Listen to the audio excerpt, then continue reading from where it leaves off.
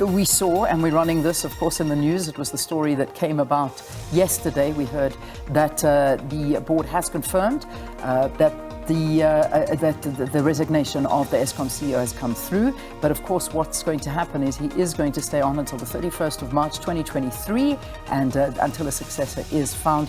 At one stage, there was some speculation that the board Eskom chairperson, Mpho Makwana, was going to take over until they found a successor. But they quickly said, no, that is not happening. So the director will stay on until a successor is found, but that does not help us at all. So still in the same situation with regard to Eskom, but that is the latest development on top of everything else. And quite a few questions being asked, either way around the resignation of the director, and which is why it's going to be interesting to hear your views on this, but also the reasons behind his resignation at this point. So we, of course, will try. We'll endeavour to get you the reasons from the man himself, one way or another. But it's going to be interesting to see how this one is handled. Indeed, talk of sabotage, talk of all of these kind of things undermined by the new board, and there's loads of stories doing the rounds, but others just saying he wasn't doing the job, and this is the long and short of it. But yeah, we look forward to hearing from you. All right, next trending topic. Goodness me, Morocco versus France. So here we go. I'm wearing my blue onesie. You had to, and it looked good, and they looked good last night. I mean, wow. They are a team to behold. They really are. And I tell you what, Morocco, there was no shame in the way they lost. There's losing, and then there's how you lose. Yeah. And they actually put in a shift, and they really, really gave it their all, left it out on that field. And I think France was perhaps just one bridge too far. Indeed. I mean, when you watch that match, and firstly, I'm not sure I've seen such a fast match in a very long time. I mean, those Moroccans they went in there so hungry. They were so desperate. That crowd was just egging them on. I mean, you heard how many people had been flown for that final from Morocco.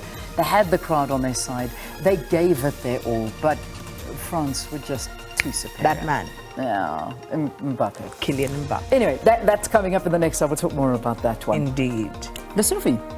So there's so much going on. So Lesotho, one of the things is, of course, the announcement yesterday that there would be a new hospital built in Kempton Park. Indeed. And he was talking about the one that had closed some years ago, and they had basically done a cost estimation stating that it would cost about 500 million rand to refurbish that facility. So they've decided as government to just build a new facility altogether. Amazing. In Kempton Park. So they are looking for suitable space to build a new hospital. So as you say, there is so much around the Sufi. I mean, there was also the story of the SIU report into the millions of alleged graft that happened at Tembisa Hospital.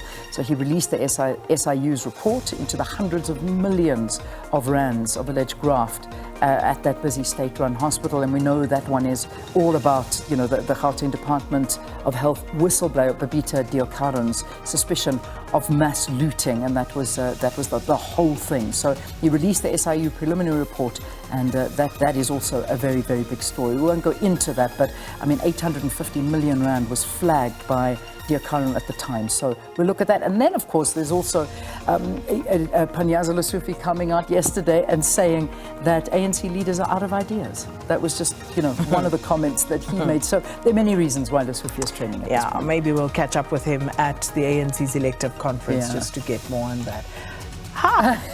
Then there's hashtag 8-year-old.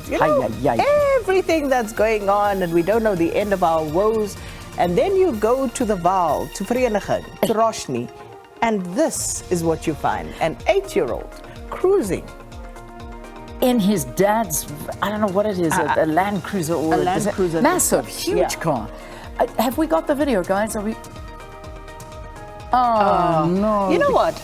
We will actually, because I know there are videos with his face out. There are videos where his face is blurred out, and we'll find one of those just to show you. Because the best part in this is at the end when he actually drives off. This 8-year-old.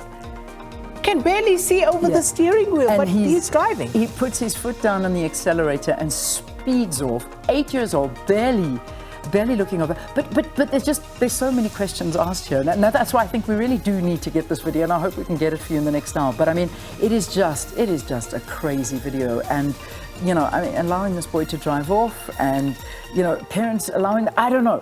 There's too many things going on in my mind, but we'll talk about it if we can a bit later. And yeah, it's that the gentleman in the lighter clothes in that picture. Yeah. Like, he was the one who saw this young chap, and he's like, he was obviously astounded, like, what is going on here?